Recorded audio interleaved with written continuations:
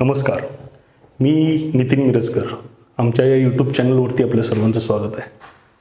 तर आज आपण पाहणार आहोत सांगली विधानसभा मतदारसंघाबाबत विश्लेषण व संपूर्ण लेखाजोखा.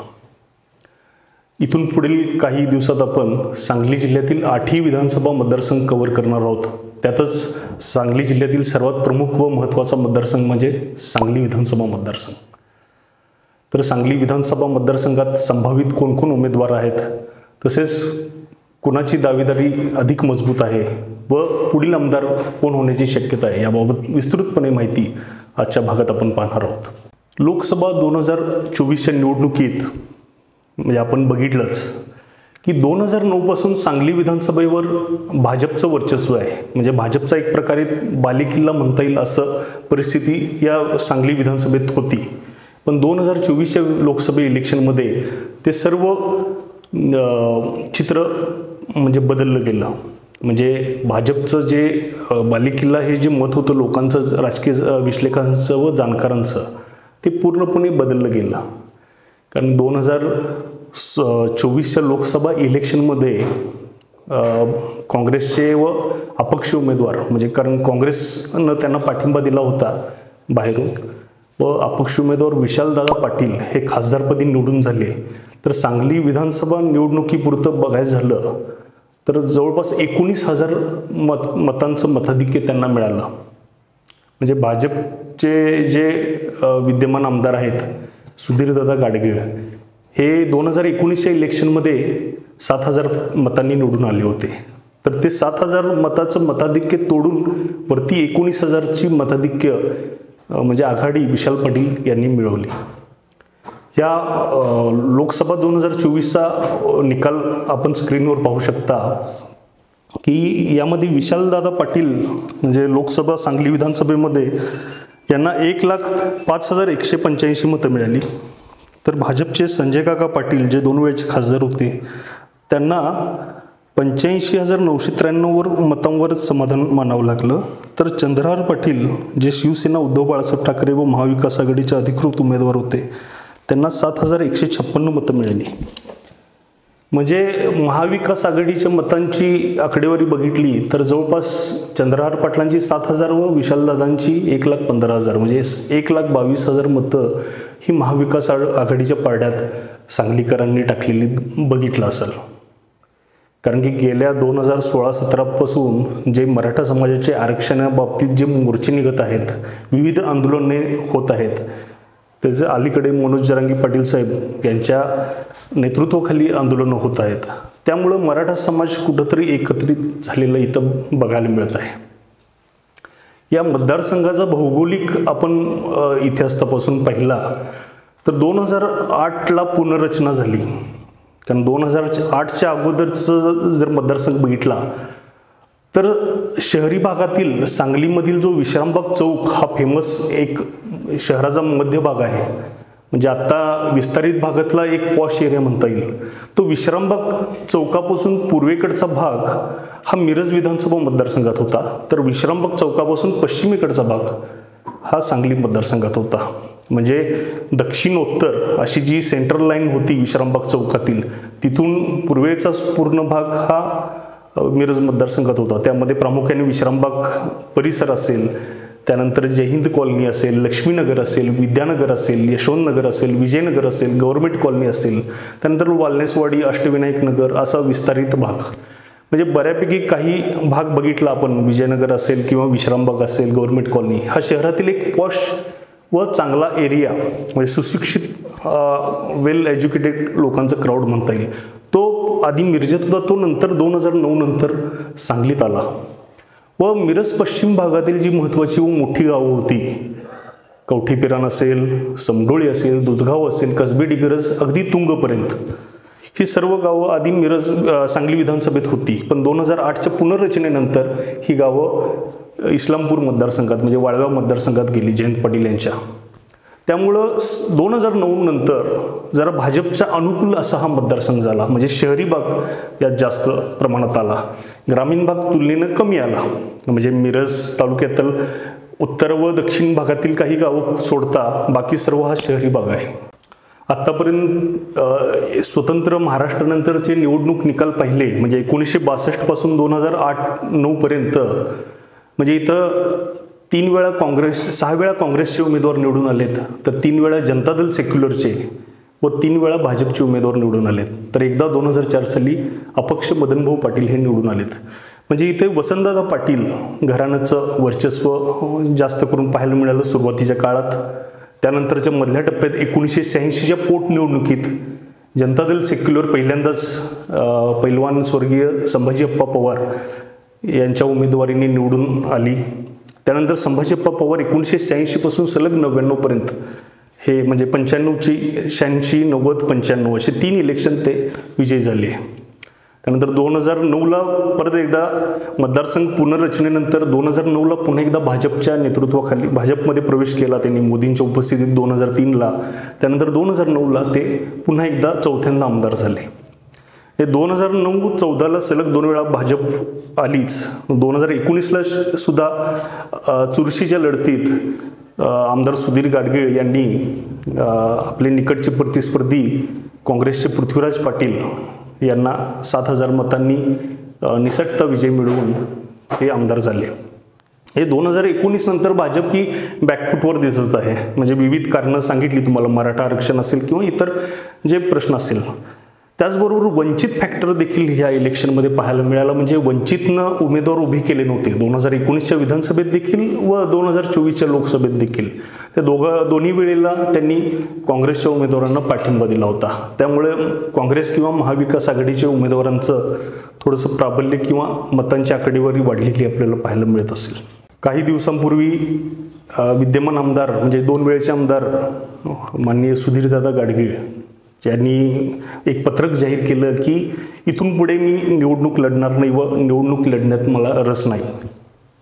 अर्थात याविषयी त्यांनी विनोद तावडे, महाराष्ट्राचे उपमुख्यमंत्री देवेंद्र फडणवीस असतील किंवा भाजपचे प्रदेशाध्यक्ष चंद्रशेखर बावनकुळे असतील यांच्याशी चर्चा केली व हा निर्णय घेतला असं ते म्हणत असले तरी पुन्हा एकदा विनोद तावडे व चंद्रशेखर बावनकुळे त्यांची समजूत काढू शकतात. त्यामुळे हा निर्णय अंतिम असेल असं आत्ता तरी काही वाटत नाही, कारण की यावरती परत फेरविचार ते इलेक्शनच्या आधी काही दिवसात करतील असं वाटतंय.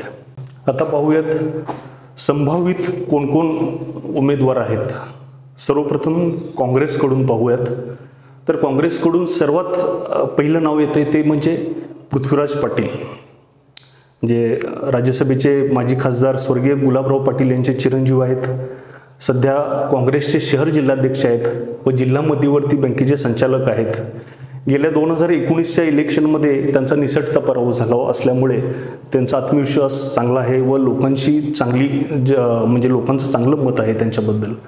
तसेच गेल्या 8-9 वर्षापासून म्हणजे मदनभाऊ पाटील हे एक्सपायर झाल्यानंतर 2015-16 नंतर त्यांनी जरा सक्रिय असा सहभाग घेतला या राजकारणात. म्हणजे 8-9 वर्षापासून त्यांचा लोकसंपर्क चांगला आहे. निष्कलंक व क्लीन इमेज असलेलं व्यक्तिमत्व म्हणून आत्ता सध्या चर्चेत आहे. त्यांचा गट जरी थोडा असला म्हणजे त्यांचे कार्यकर्ते त्यांच्याकडं संख्याबळ कमी असलं तरी त्यांचा वैयक्तिक जनसंपर्क दांडगा आहे. त्या बेसिसवरती ते इलेक्शनमध्ये प्रभावी ठरू शकतात असं लोकांचं व राजकीय विश्लेषकांचं मत आहे. त्याचबरोबर काँग्रेसचे अध्यक्ष केंद्रीय अध्यक्ष मल्लिकार्जुन खरगे व महाराष्ट्राचे माजी मुख्यमंत्री पृथ्वीराज चव्हाण यांच्याशी त्यांचे निकटचे संबंध आहेत. त्यामुळे त्यांचं पारडं तिकिटासाठी व इलेक्शनला तिकीट मिळण्यासाठी त्यांचं जड आहे असं म्हणलं जातं आहे. यानंतर दुसरं नाव आहे ते म्हणजे काँग्रेसकडून जयश्रीताई पाटील यांचा. जयश्रीताई पाटील या माजी खासदार व माजी मंत्री माजी आमदार स्वर्गीय मदनभाऊ पाटील यांच्या पत्नी आहेत. सध्या त्या सांगली जिल्हा मध्यवर्ती बँकेच्या संचालिका आहेत. त्यांचाही गट सांगली शहरामध्ये भरपूर आहेत. गेल्या 1-2 वर्षापासून 2-3 वर्षापासून त्या थोडा जास्तच ॲक्टिव्ह झालेल्या पाहायला मिळतात. त्याआधी एवढ्या ॲक्टिव्ह नव्हत्या त्या, पण कार्यकर्त्यांच्या आग्रह असतो त्या इलेक्शन लढण्यासाठी आग्रही आहेत. म्हणजे त्यांच्या कार्यकर्त्यांची भावना आहे असं त्यांचे कार्यकर्ते नगरसेवक सांगत आहेत. त्यांच्या मागे एक 6-7 नगरसेवकांचा गट आहे व शहरात चांगली गट आहे. अर्थात त्यांचे जे धीर लागतात ते म्हणजे खासदार विशालदादा पाटील ह्यांचा देखील त्यांना पाठिंबा बघायला मिळत आहे आपल्याला, म्हणजे ते अर्थातच त्यांच्या पाठीमागे असणार. त्याचबरोबर कदम घराण्यातील म्हणजे मोहनराव कदम जे विधान परिषदेचे आमदार आहेत, त्यांचे नातू जितेश भैया कदम यांचं देखील ते त्यांचे जावई लागत असल्यामुळे हे देखील त्यांच्या पाठीशी उभे आहेत, म्हणजे त्यांचा गट देखील त्यांच्या पाठीमागे असणार. त्यामुळे त्यांची ही दावेदारी मजबूत आहे. यानंतर भाजपकडून कोण संभावित उमेदवार आहेत ते पाहूयात. पहिलं नाव येतं अर्थात आमदार सुधीर गाडगीळ यांचं. PNG या ज्वेलर्सच्या कंपनीचे ते संचालक आहेत, मल्टीनॅशनल ज्वेलरी कंपनी आहे त्यांची. त्याचबरोबर 2 वेळेला ते आत्ता सध्या विद्यमान आमदार आहेत. क्लीन इमेज अशी त्यांची या जिल्ह्याभर ओळख आहे. त्यांचं म्हणजे निष्कलंक, या 10 वर्षात एकदाही भ्रष्टाचाराचे आरोप त्यांच्यावरती लागले गेले नाही आहेत. त्याचबरोबर RSSचे एकदम कट्टर व जुने कार्यकर्ते आहेत, पदाधिकारी आहेत. भाजपचे जुने कार्यकर्ते पदाधिकारी आहेत.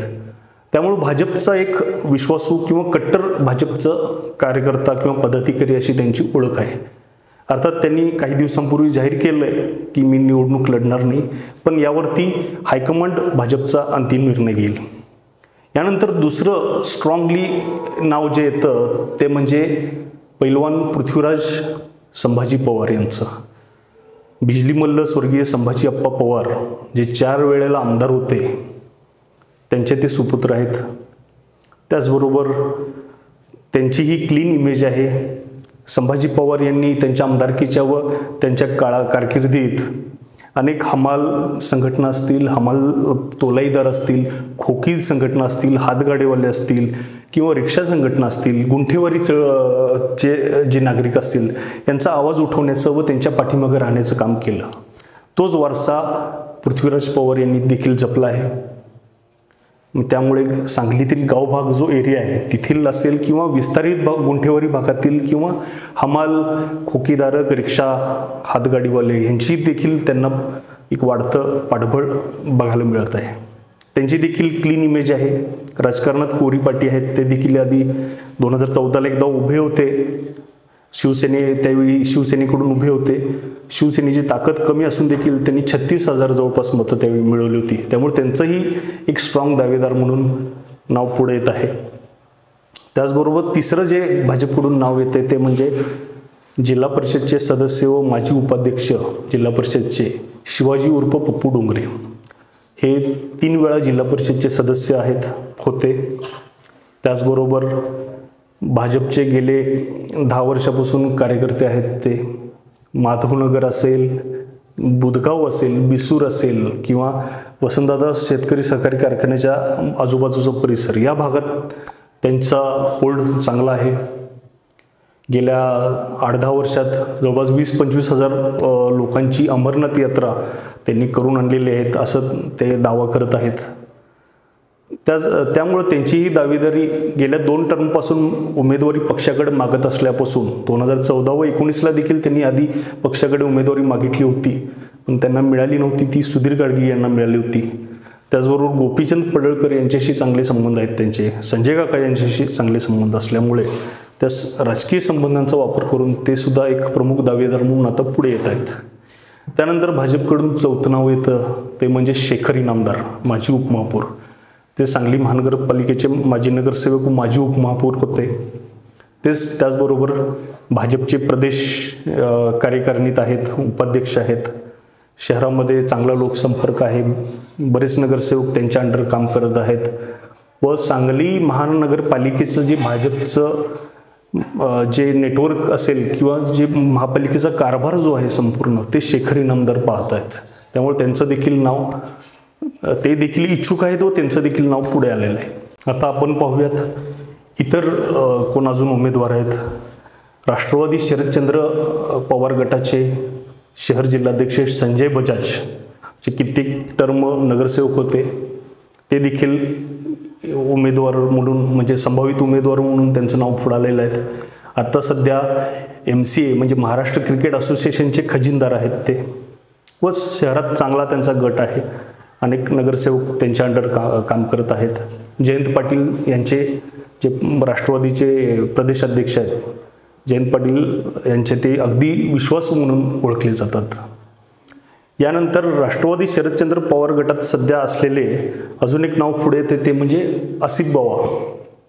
आसिफ बावा हे मुस्लिम समाजाचे आत्ता सांगली शहरातील एक मोठे नेते म्हणून आहेत. मुस्लिम अर्बन बँकेचे अध्यक्ष तसेच मुस्लिम समाज समितीचे ते आत्ता अध्यक्ष आहेत. शहरातील युवक मुस्लिम वर्ग त्यांच्या पाठीमागे आहे. ऐनवेळी वंचित किंवा अपक्ष देखील ते उभारू शकतात अशी शक्यता नाकारता येत नाही. पण त्यांचं इच्छुक म्हणून देखील नाव पुढे येत आहे आसिफ बावा यांचं. म्हणजे असं अर्थात त्यांच्या कार्यकर्त्यांकडून तो मागणी रेटून धरलेली आहे, त्यामुळं तेही देखील उभारू शकतात अशी परिस्थिती आहे. आणि ते उभारले तर मुस्लिम समाजाचं एक गट्टा मतदान त्यांच्याकडे ते वळवू शकतात. आता आपण जातीय समीकरण इथं काय ते पाहूया.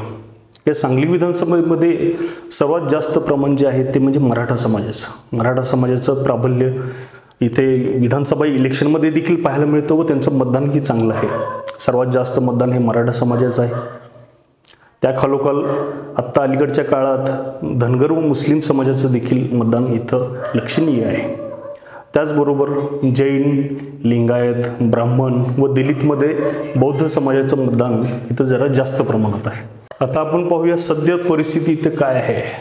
कारण मागच्या 2019 इलेक्शनमध्ये भाजपकडून ब्राह्मण उमेदवार होता तर काँग्रेसकडून मराठा उमेदवार होता. त्यामुळे भाजप 100% 2024च्या या विधानसभेमध्ये मराठा कार्ड खेळणार. त्यामुळं सुधीर गाडगीळ यांनाच्या ऐवजी पृथ्वीराज पवार व पप्पू डोंगरे ही दोन नावं सध्या खूप आघाडीवरती आहेत. व त्याचबरोबर सांगली जिल्हा मध्यवर्ती बँकेच्या संचालिका जयश्री मदनभाऊ पाटील या देखील अजित पवार राष्ट्रवादी यांच्या संपर्कात असल्यामुळे अजित पवार गट त्यांना शेवटच्या क्षणी आपल्याकडे खेचून महायुतीचा उमेदवार देखील बनवू शकतो अशी देखील एक शक्यता पुढे येत आहे. काँग्रेसकडून अर्थातच सध्या पृथ्वीराज पाटील यांचं नाव आघाडीवर आहे. त्या खालोखाल जयश्रीताईंचं 2 नंबरला नाव आहे. तर भाजपकडून पृथ्वीराज पवार व पप्पू डोंगरे यांचं नाव आहे.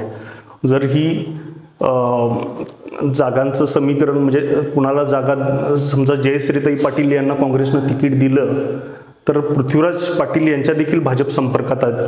काही दिवसांपूर्वी त्यांची बैठक झाली मुंबईमध्ये भाजपच्या वरिष्ठ नेत्यांशी असं देखील सूत्रांकडून आम्हाला कळतंय. त्यामुळं लास्ट मोमेंटला इथं खूप इंटरेस्टिंग असं सिच्युएशन असणार आहे की कुणाला नेमकं तिकीट जातंय, कुणाला तिकीट जातंय यावरून सगळ्या पुढच्या शक्यता वर्तवल्या जाऊ शकतात. कारण की जयश्रीताई पाटील यांच्या कार्यकर्त्यांचा आग्रह आहे की आपण 100% ही इलेक्शन लढवायची.